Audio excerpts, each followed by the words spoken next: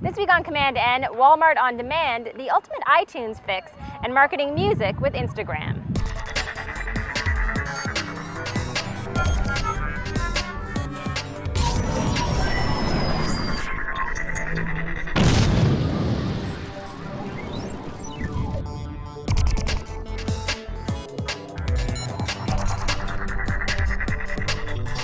Welcome to episode 242 of commandN. I'm Amber. Before we get into the show, I wanted to share a story about a band from the UK called The Vaccines, who recently asked their fans to submit Instagram photos to create their next music video.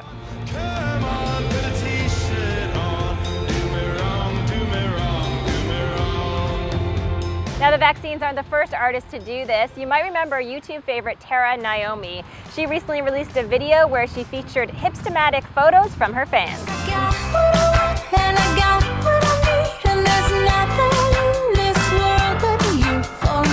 Now let's check in with Jeff and Laura as they talk about the future of streaming video now that Walmart's in the game. So tell me I'm the only one, nobody else could ever come close. So I remember back in early 2008 when iTunes came out with their movie rental service. This is what the new section of the iTunes store looks like for movie rentals. I thought this is so great to see things progressing so that I can now consume movies through the web and get streaming movies online, and a lot of other people have gotten involved in that. There's been Hulu Plus, Amazon Prime, even Best Buy has a movie streaming service.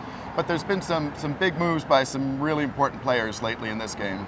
That's right. So the latest addition to the game is Walmart. They're the largest DVD retailer in the US, and they've just announced that they're going to be allowing for streaming movies through their website and also through over 300 consumer devices with Vudu, a company that they bought about 18 months ago that allows them to do that. There's something like, I think, 20,000 titles that are available. The price range is from $1 to $6, and one of the big differentiators I think they have is that they're saying that the movie rentals will be available the same time the DVD purchase will be. That's a huge thing. Which is very cool. That's very cool. And also a great thing is that Walmart has announced that they're going to be having a weekly voting on their Facebook page for consumers to vote for their favorite film to get it for just 99 cents. Yeah, that's so cool to see them realizing that social media has a role to play in this for sure. And you know, the granddaddy of them all, Netflix, which is the leading streaming movie provider online, it's just had some news recently where it's upped its monthly subscription price from $10 to $16 a month. Now, it's got a big library of something like 17,000 titles, but the subscribers are outraged. Definitely. So Netflix doesn't release its numbers, but it's projected that they have about 25 million subscribers in the US, and analysts in the industry think that they're probably going to lose about 10% of that core business because of this price hike. Yeah, and maybe they're struggling to keep some of that in other jurisdictions because, like we said, the Walmart thing is US only. In Canada, Netflix started off with some pretty scant offerings here originally, but this September they're going to be expanding to offer Dexter and Numbers and some big shows, and Netflix is going to be expanding so that they're going to be offered in dozens and dozens more countries in Central and South America and the Caribbean. So I think there's maybe a little bit of rebalancing going on there too. My name is Foxy. It hasn't moved into the market yet, but it sounds like in the next few months, Google, in partnership with YouTube, who they now own, of course, is going to also be launching their own streaming service online. So they've got a former Netflix executive on their team, and it'll be really interesting to see how they move forward. Yeah, so these things are really intertwined. You know, Google has some advantages on the Android platform. Netflix has a huge install base. Walmart has enough clout with movie producers that it can probably get some things its own way. But one of the most interesting things for this that I want to see how it turns out, and this was the same question in the music industry, is how does a subscription model work versus a pay-per-view model? I think once you're tied into a subscription for consumers, it's not really a great deal. You're limited to the offerings that, say, Netflix has or iTunes. But with Walmart jumping in with this model of allowing people to just buy one movie and walk away, people can change their focus and go with whoever's providing the content they want without being locked in. Yeah, so if your movie's not in one place, you can go to another place if it's pay-per-view. If you're a subscriber, then you're probably more reluctant to do that. But time will tell. It'll be really interesting to see, and we're looking forward to trying out all these platforms.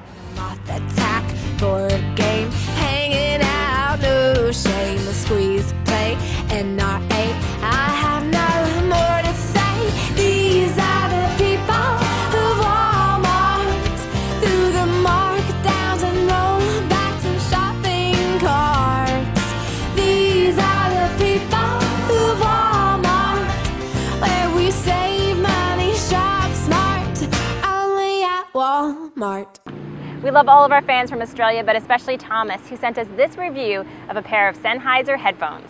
Hey there, today I'm going to review the Sennheiser HD25 SP Series 2 headphone.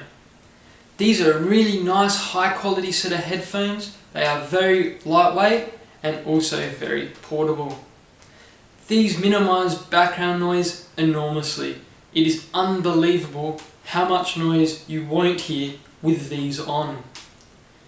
They retail for around $230 Australian, although they were as high as $300 when they first came out. They produce a really nice high quality output sound, and it is well worth the experience.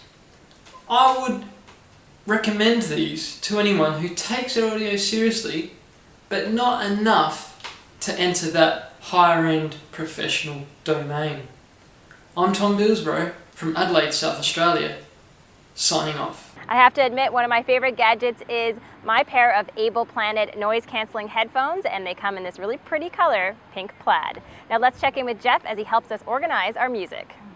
I just wanted to share with our viewers a great new iTunes plugin I've been trying out called TuneUp. Now, TuneUp is basically a suite of tools that can help you do things like clean up all the metadata associated with your music files in your library, download cover art for things that iTunes might not be able to find itself. It's got, and what I bought it for, basically a great deduplication process that you can run through your library. So it's called the deduper, and this uses sound waves to see if songs are not just titled the same or the same length, but actually the same sound wave. So really, really helpful. I cut out half a gig of duplicates in my iTunes library. And another great little feature called Tuniverse. In Tuniverse, it's got Twitter integration to let you talk about the artist. It has music videos, artist bio, all that sort of stuff. Anyway, it's an awesome suite. There's a free trial, but it costs $40 for a year or $50 for a lifetime. And like I said, available for both Mac and PC, and I've been looking for this tool for ages, and I finally found it. So go give it a try. It's called TuneUp for iTunes.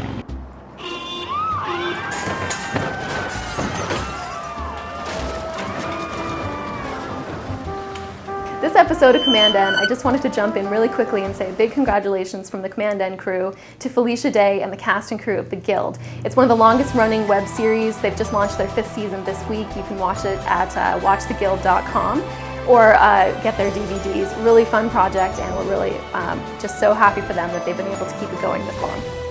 As always, you can find us online at commandN.tv. We'd love to feature your segments in the show. All you have to do is send your video to info@commandN.tv or leave us a link on our website. Thanks so much for watching, and we'll see you soon. Hang with me in my MMO. So many places we can go.